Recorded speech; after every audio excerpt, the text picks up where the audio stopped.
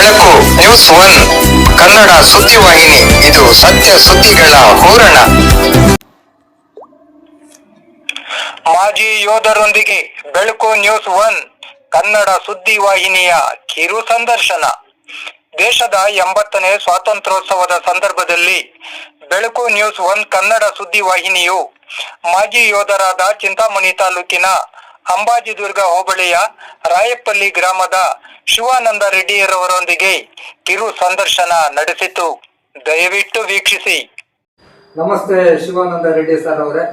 ನಮಸ್ತೆ. ತಮಗೆ ಸ್ವಾತಂತ್ರ್ಯೋತ್ಸವದ ಶುಭ ಸಂದರ್ಭದಲ್ಲಿ ಹಾರ್ದಿಕ ಶುಭಾಶಯಗಳು.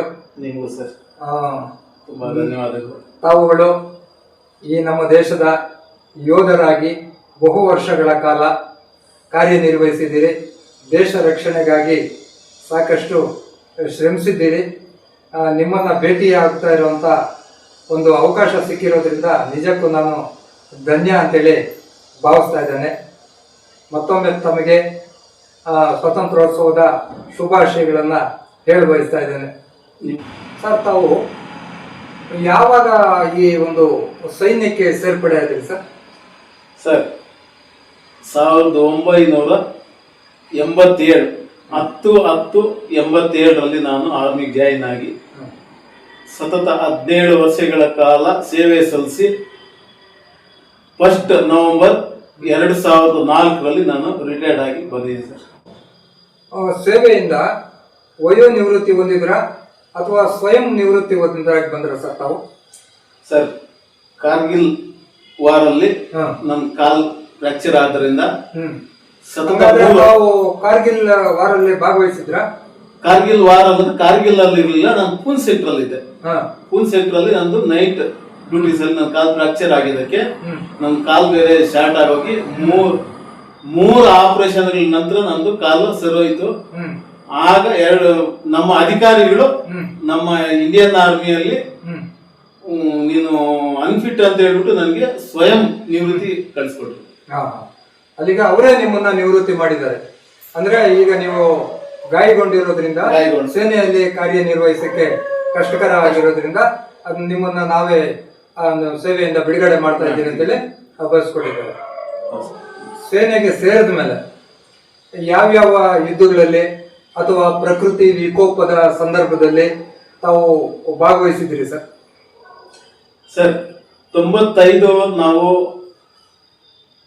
ಗಾಂಧಿನಗರ, ಗುಜರಾತ್ ಗಾಂಧಿನಗರ ಚಿಲ್ಲೋಡನಲ್ಲಿದ್ವಿ. ಆಗ ಈ ವಿಪರೀತ ಮಳೆ ಆಗಿ ಪ್ರವಾಹದಲ್ಲಿ ನಮ್ಮನ್ನೆಲ್ಲ ಅವಾಗ ಎಲ್ಲಾನು ನಾವು ಅವಾಗೆಲ್ಲ ಹೋಗಿ ರಕ್ಷಣೆ ಮಾಡೋದಕ್ಕೆಲ್ಲಾನು ಕಳಿಸ್ಕೊಟ್ಟಿದ್ರು. ಮತ್ತೆ ನಿಮ್ಗೆ ಗೊತ್ತು, ಬಾರ್ಡರ್ ಎಲ್ಲ ಕಾಶ್ಮೀರದಲ್ಲಿ ನಿಮ್ಗೆ ಉದ್ರಿಕ್ತ ವಾತಾವರಣದಲ್ಲಿ ಎಲ್ಲ ಎರಡು ಟರ್ನ್ ಓವರ್ ಅಲ್ಲಿ ಮಾಡಿದೀವಿ. ಅದರಲ್ಲೂ 1999 ಕಾರ್ಗಿಲ್ ಸಮಯದಲ್ಲಿ ನಾವು ಪೂಂಚ್ ಸೆಕ್ಟರ್ ಅಲ್ಲಿ ಕಾರ್ಯನಿರ್ವಹಿಸಿ Poonch sector, Rajouri district Poonch sector. ಆ ಸಂದರ್ಭದಲ್ಲಿ ಕಾರ್ಗಿಲ್ ವಾರ್ ನಡೀತಾ ಇತ್ತು. ಕಾರ್ಗಿಲ್ ವಾರ್ 90. ಸರ್, ದೇಶದ ಯಾವ ಯಾವ ಭಾಗಗಳಲ್ಲಿ ತಾವು ಕಾರ್ಯನಿರ್ವಹಿಸಿದೆ ಸರ್? ಸರ್, JNK ಆದ್ಮೇಲೆ ಒಂದು ಮೌಂಟೇನ್ ಇಲಾಖೆ ಗಂಟೋಕ್ ಸಿಕ್ಕಿಂ ಅಲ್ಲಿ ಮೈನಸ್ ಡಿಗ್ರಿಗೆ ಹೋಗುವಂತ ಪ್ಲೇಸ್ ಗಳಲ್ಲಿ ನಾವು ಕಾರ್ಯನಿರ್ವಹಿಸಿದ್ವಿ. ಗಡಿ ಕಾಯೋದು. ನಂತರ ನಥುಲಾ ಬಾರ್ಡರ್ ಅಂತ ಹೇಳ್ಬಿಟ್ಟು ನಮ್ಮ ಇಂಡಿಯಾದಲ್ಲಿ ಫೇಮಸ್ ಬಾರ್ಡರ್ ಅದು. ಆ ನಥುಲಾ ಬಾರ್ಡರ್ ಅಲ್ಲಿ ನಾವು ಕೆಲಸ ಮಾಡಿದ್ವಿ. ಸಿಕ್ಕಿಂ ಬಾರ್ಡರ್ ಅಂದ್ರೆ ಅದು ಚೈನಾ ದೇಶದ ಹತ್ರ, ಚೈನಾ ಬಾರ್ಡರ್. ಅದು ಬಿಟ್ಟು ಬೇರೆ ಎಲ್ಲಿ ಕಾರ್ಯನಿರ್ವಹಣೆ ಮಾಡಿದ್ವಿ ಸರ್? ಪಠಾನ್ಕೋಟ್ ಪಂಜಾಬ್ ಅಲ್ಲಿ ಕೆಲಸ ಮಾಡಿದೀವಿ. ಗುಜರಾತ್ ಗಾಂಧಿನಗರ್ ಮಾಡಿದೀವಿ. JNK 2 ಟರ್ನ್ ಮಾಡಿದೀವಿ. ಸಿಕ್ಕಿಂ. ತಮಗೆ ಸೈನ್ಯದಲ್ಲಿ ಸೇರಿ ದೇಶ ರಕ್ಷಣೆ ಮಾಡಬೇಕು, ಒಬ್ಬ ಯೋಧರಾಗಿ ಈ ದೇಶದ ಋಣ ತೀರಿಸಬೇಕು ಎಂಬ ಭಾವನೆ ಹೇಗೆ ಉಂಟಾಯ್ತು ಸರ್ ತಮಗೆ? ಸರ್, ನಾನು ಹೈಸ್ಕೂಲ್ SSLC ಪಾಸ್ ಆಗಿ ಕಾಲೇಜ್ ಜಾಯಿನ್ ಆದಾಗ ಮೊದಲನೇ ವಾರದಲ್ಲೇ ನನಗೆ NCC ಅಲ್ಲಿ ನಾವು ಕಂಠೀರವ ಸ್ಟೇಡಿಯಂ ಬೆಂಗಳೂರಿಗೆ ಹೋಗೋದಕ್ಕೆ ಅವಕಾಶ ಸಿಕ್ತು. ಅಲ್ಲಿ 1 ತಿಂಗಳ ಕಾಲ NCC ಅಲ್ಲಿ ನಾವು ಟ್ರೈನಿಂಗ್ ತಗೊಳ್ಳುವಾಗ ಎಲ್ಲ ಸೇನೆ ಅಧಿಕಾರಿಗಳೆಲ್ಲ ಬಂದು ನಮ್ಗೆ ಟ್ರೈನಿಂಗ್ ಕೊಡ್ತಾ ಇದ್ರು, ಪ್ರಾಕ್ಟೀಸ್ ಎಲ್ಲ ಮಾಡಿಸ್ತಾ ಇದ್ರು. ಅವರೊಂದು ಶಿಸ್ತು, ಅವರೊಂದು ಡಿಸಿಪ್ಲಿನ್, ಅವರೊಂದು ನಡೆ ನುಡಿ ಹಾ ಅದನ್ನೆಲ್ಲ ನೋಡಿ ನಮ್ಗೆ ತುಂಬಾ ನಾವು ಯಾಕೆ ಆಗ್ಬಾರ್ದು ಅನ್ನೋ ಒಂದು ಭಾವನೆ ನಮ್ಮಲ್ಲಿ ಬಂತು ಸರ್. ಬೇಕಾದ್ರೆ NCC ತುಂಬಾ ನಿಮ್ಮ ಮೇಲೆ ಪರಿಣಾಮ ಬೀರಿದೆ ಅಂತ ಹೌದು ಹೇಳ್ಬೋದು ಸರ್, ತುಂಬಾ ಸರ್. ಯಾವ ಊರಲ್ಲಿ ಅಥವಾ ಯಾವ ಕಾಲೇಜಲ್ಲಿ ನೀವು NCC ತರಬೇತಿ ಪಡೆದ್ರಿ ಸರ್? ಸರ್ ಇದೇ ಚಿಂತಾಮಣಿ ತಾಲೂಕು ಚಿಂತಾಮಣಿ. ಗೌರ್ಮೆಂಟ್ ಕಾಲೇಜಲ್ಲಿ ನಾವು ಇಲ್ಲಿ ಚಿಂತಾಮಣಿ ಗೌರ್ಮೆಂಟ್ ಕಾಲೇಜಲ್ಲಿ ನಾವು NCC ಟ್ರೈನಿಂಗ್ ಹೋಗಿದ್ವಿ ಸರ್. ಒಟ್ಟಾರೆಗೆ ನಿಮ್ಗೆ ಅದರಿಂದ ಅನುಕೂಲ ಆಯ್ತು. ತುಂಬಾ ಅನುಕೂಲ ಆಯ್ತು ಸರ್. ತುಂಬಾ ಸರ್, ಈಗ ನೀವು ಕಾರ್ಗಿಲ್ ವಾರ್ ಅಂತ ಹೇಳಿದ್ರೆ ಅದು ತುಂಬಾ ಗಂಭೀರವಾದಂತ ಈ ವಿಷಯ. ಆ ಸಂದರ್ಭದಲ್ಲಿ ನಡೆದಂತ ಘಟನಾವಳಿಗಳ ಬಗ್ಗೆ ಸಂಕ್ಷಿಪ್ತವಾಗಿ ತಿಳಿಸ್ಕೊಡ್ಬೇಕು ಸರ್. ಸರ್, ಅದು ಒಂದು ನಡಿಬಾರ್ದಾಗಿತ್ತು, ನಡೆದೋಯ್ತು. ಅಂದ್ರೆ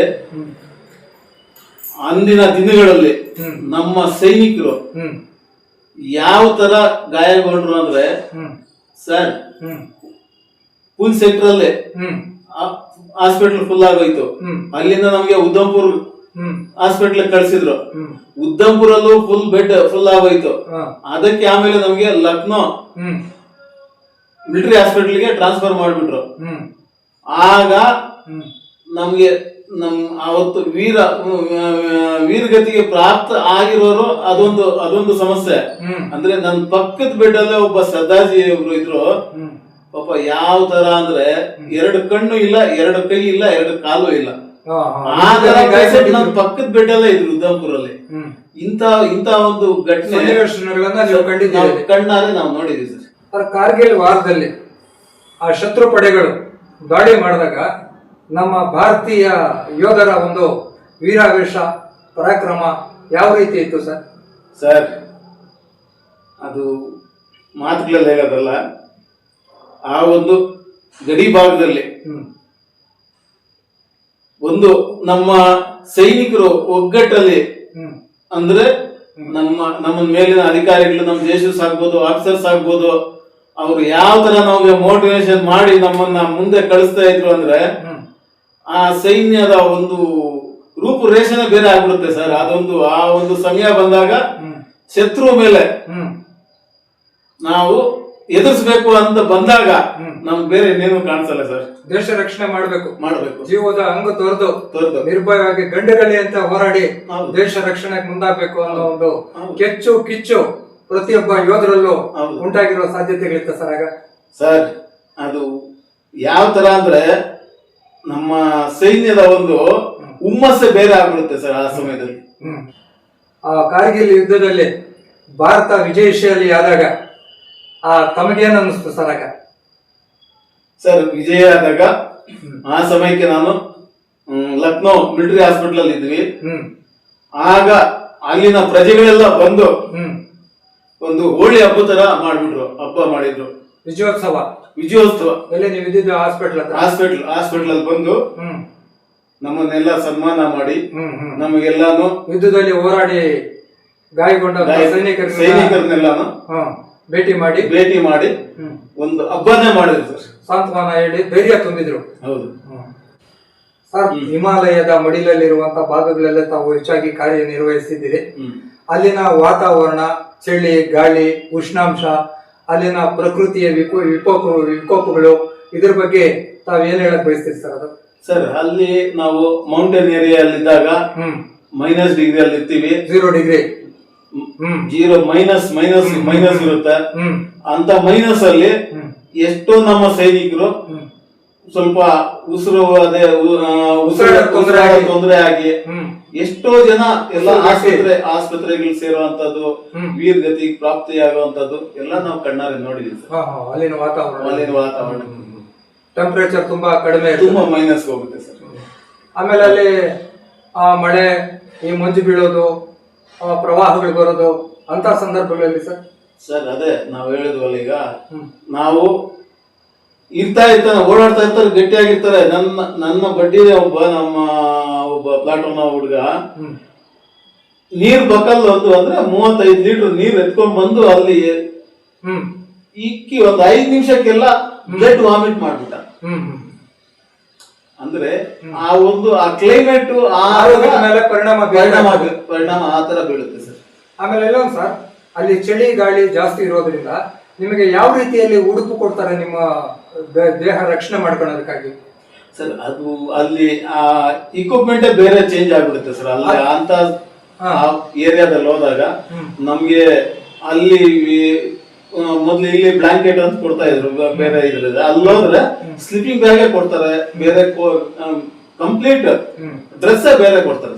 ಆವಾಗ ನೀವು ಅಲ್ಲಿ ರಕ್ಷಣೆ ಹೊಂದಬಹುದಾ ಚಳಿ ಗಾಳಿಯಿಂದ? ಚಳಿ ಗಾಳಿ ಎಲ್ಲ ವ್ಯವಸ್ಥೆಗಳಿರ್ತದೆ, ವ್ಯವಸ್ಥೆ ಇರ್ತದೆ, ತೊಂದರೆ ಇಲ್ಲ. ಅದನ್ನೆಲ್ಲ ಬಳಕೆ ಮಾಡಿದಾಗ ಅಲ್ಲಿ ನಾವು ಇರ್ಬೋದು ಸ್ವಲ್ಪ. ಸರ್, ಈಗ ತಾವು ಸೇನೆಯಲ್ಲಿ ಕಾರ್ಯನಿರ್ವಹಿಸ್ತಾ ಇರುವಾಗ ನಿಮ್ಗೇನಾದ್ರೂ ಒಂದು ಟೈಮಿಂಗ್ಸು ಅಥವಾ ಶಿಫ್ಟ್ ತರ ಏನಾದ್ರು ಉಂಟಾ ಸರ್ ಅಲ್ಲಿ? ಅಲ್ಲಿ ನಾವು ಡ್ಯೂಟೀಸ್ ಅಂದ್ರೆ ಒಂದು 3 ಪಾಳ್ಯದಲ್ಲಿ ಇರುತ್ತೆ. 2 ಅವರ್ ಡ್ಯೂಟಿ ಮಾಡಿ ಇನ್ನು 4 ಅವರ್ ರೆಸ್ಟ್ ಇರುತ್ತೆ. ಅಲ್ಲಿಗೆ ಅನಿವಾರ್ಯ ಸಂದರ್ಭಗಳಲ್ಲಿ ಯುದ್ಧ ಅಥವಾ ಶತ್ರು ಪಡೆಗಳ ದಾಳಿ ಮಾಡುವಂತಹ ಸಂದರ್ಭಗಳಲ್ಲಿ ಅವಾಗ ಅದ್ರಲ್ಲಿ ಅವಾಗ ಟೈಮ್ ಲಿಮಿಟ್ ಇನ್ನೊಂದು ಮತ್ತೊಂದಿಲ್ಲ ಸರ್. ದಿನವಿಡೀ ಹಗಲು ರಾತ್ರಿ ಕೂಡ ನೀವು ಅಲ್ಲಿ ಕಾರ್ಯನಿರ್ವಹಿಸಲೇಬೇಕು. ಸರ್, ಒಟ್ಟಾರೆಯಾಗಿ ತಾವು ಬಹು ವರ್ಷಗಳ ಕಾಲ ಸೇನೆಯಲ್ಲಿ ಪ್ರಾಮಾಣಿಕವಾಗಿ ಸೇವೆ ಸಲ್ಲಿಸಿ ನಮ್ಮ ದೇಶದ ರಕ್ಷಣೆಗಾಗಿ ಸಾಕಷ್ಟು ಶ್ರಮಿಸಿದ್ದೀರಿ. ತಮ್ಮ ಈ ಒಂದು ಸೇನಾ ವೃತ್ತಿ ಬಗ್ಗೆ ನಿಮಗೆ ಯಾವ ರೀತಿ ಸಂತೃಪ್ತಿ ಆಗಿರ್ಬೋದು ಸರ್? ಸರ್, ಸೇನೆಯಲ್ಲಿ ಡ್ಯೂಟಿ ಮಾಡಿ ಇವತ್ತು ನಾವು ಬಂದಿದ್ದೀವಿ, ಇಲ್ಲಿ ಇದೀವಿ ಅಂದ್ರೆ ಸಾರ್ವಜನಿಕರಲ್ಲಿ ನಮ್ಗಿರೋ ಗೌರವನೇ ಒಂದು ದೊಡ್ಡ ಇದು. ನಾವು ಯಾವುದೇ ಒಂದು ತಾವು ಎಲ್ಲ ಸುಮಾರು ಜಾಗಗಳಲ್ಲಿ ನೋಡಿದೀರಾ, ಎಷ್ಟೋ ಜಾಗಗಳಲ್ಲಿ ನಮ್ಮನ್ನು ಕರೆದು ಅಲ್ಲಿ ಕೂಡಿಸಿ ಸನ್ಮಾನ ಮಾಡಿ. ಅಲ್ಲಿ ಹೇಳ್ಬೇಕಾದ್ರೆ ದೇಶವಾಸಿಗಳ ಸಾರ್ವಜನಿಕರ ಗೌರವಕ್ಕೆ ಪಾತ್ರ. ಒಬ್ಬ ಯೋಧನಾಗಿ ಕಾರ್ಯನಿರ್ವಹಿಸಿದ ಎಲ್ಲರ ಮೆಚ್ಚುಗೆಗೆ ನೀವು ಪಾತ್ರರಾಗಿದ್ದೀರಿ. ಇದು ನಿಮ್ಗೆ ಸಿಕ್ಕಂತ ಒಂದು ಬಹಳ ಖುಷಿಯಾದಂತಹ ವಿಷಯ ಅಂತೇಳಿ. ಇದು ದೊಡ್ಡ ಗೌರವ ಸರ್, ದೊಡ್ಡ ಗೌರವ ಅಂತ. ಪ್ರಶಸ್ತಿ ಪುರಸ್ಕಾರಗಳು ಇಂಥವೇನಾದ್ರೂ ಲಭಿಸಿದೆಯಾ ಸರ್? ಸರ್, ಎಲ್ಲ ಈ ಮೇಲೆ ಬಹುತೇಕ ಕಡೆ ಸರ್ಕಾರದಿಂದ ಕೂಡ, ಸರ್ಕಾರದಿಂದ, ಸಾರ್ವಜನಿಕರಿಂದ, ಸಂಘ ಸಂಸ್ಥೆಗಳಿಂದ ಕೂಡ. ಸಂಘ ಸಂಸ್ಥೆಗಳಿಂದ ಜಾಸ್ತಿ ಗೌರವ, ಪ್ರೀತಿ, ಭಾಷೆ ಎಲ್ಲ ಸಿಗಿದೆ ಸರ್. ಬಹುಶಃ ನೀವು ಪುಣ್ಯ ಮಾಡಿದ್ರಿ ಅಂತ ಸರ್. ಅದಕ್ಕೆ ಬೆಲೆ ಕಟ್ಟೋಕೆ ಆಗಲ್ಲ ಸರ್, ಆ ತರ ಗೌರವ ಸಿಕ್ಕಿದೆ ಸರ್. ಅದ್ರಲ್ಲಿ ಎರಡನೇ ಮಾತಿಲ್ಲ. ಅಂತವ್ರಿಗೆಲ್ಲ ತುಂಬ ಹೃದಯದ ಧನ್ಯವಾದಗಳು ಸರ್. ಈ ಪುಣ್ಯ ಭೂಮಿಯಾದಂತಹ ಭಾರತದಲ್ಲಿ ಜನಿಸಿದ್ದ ನಾವೆಲ್ಲರೂ ನಾನೇ ಧನ್ಯ ಅಂತೇಳಿ ಒಂದು ಖುಷಿ ನಿಮ್ಗೆ ಮೂಡಿರ್ಬೋದು ಅನ್ಸುತ್ತೆ ಸರ್. ಪವಿತ್ರ ನಮ್ಮ ಈ ಪವಿತ್ರ ಭಾರತ ದೇಶ, ಭಾರತ ಮಾತೆಯಲ್ಲಿ ಹುಟ್ಟಿದ್ದಕ್ಕೆ ಇದೊಂದು ಸಾರ್ಥಕ ಅಂತ ಜೀವನ ಧನ್ಯವಾಯಿತು ಸರ್. ಇನ್ನು ಕೊನೆಯದಾಗಿ ದೇಶವಾಸಿಗಳಿಗೆ ಈ ಸ್ವಾತಂತ್ರ್ಯೋತ್ಸವದ ಸಂದರ್ಭದಲ್ಲಿ ಯಾವ ಸಂದೇಶ ಕೊಡೋದಕ್ಕೆ ಬಯಸ್ತೀರಿ ಸರ್? ಸರ್, ನಾನು ವಿಶೇಷವಾಗಿ ಈಗಿನ ಯುವ ಪೀಳಿಗೆಗೆ ಹೇಳೋದಂದ್ರೆ, ನಮ್ಮ ದೇಶ ಮೊದಲು, ದೇಶ ಇದ್ರೆ ನಾವು ದೇಶಕ್ಕೋಸ್ಕರ ನಾವು ಏನ್ ಮಾಡಿದೀವಿ ಅನ್ನೋದಕ್ಕೆ ಸರ್ವವನ್ನು ತ್ಯಾಗ ಮಾಡಲು ಈ ಮುಂದಿನ ಪೀಳಿಗೆಗೆ ಒಂದು ದೇಶಭಕ್ತಿ ಮೂಡಿಸೋದಕ್ಕೆ ನಿಮ್ಮಂತವರು ಪ್ರೇರಣೆ ಮಾಡಬೇಕು ಅಂತ ಹೇಳ್ಬಿಟ್ಟು ಈ ಮುಖಾಂತರ ತಮ್ಮಲ್ಲಿ ಬೇಡ್ಕೊಂತೀವಿ ಸರ್. ತುಂಬಾ ಧನ್ಯವಾದಗಳು ಶಿವಾನಂದ ರೆಡ್ಡಿ ಸರ್ ಅವರೇ. ತಾವು ಸೈನ್ಯದಲ್ಲಿ ಸೇರಿದ ಬಗ್ಗೆ, ಅಲ್ಲಿರುವಂತಹ ಕಾರ್ಯ ಚಟುವಟಿಕೆಗಳ ಬಗ್ಗೆ ಸಂಕ್ಷಿಪ್ತವಾಗಿ, ಅರ್ಥಪೂರ್ಣವಾಗಿ ತಿಳಿಸ್ಕೊಟ್ಟಿದ್ದೀರಿ. ನಿಮಗೆ ಮತ್ತೊಮ್ಮೆ ದೇಶದ ಸ್ವಾತಂತ್ರ್ಯೋತ್ಸವದ ಶುಭಾಶಯಗಳನ್ನ ಹೇಳಿಬಡಿಸ್ತೇನೆ.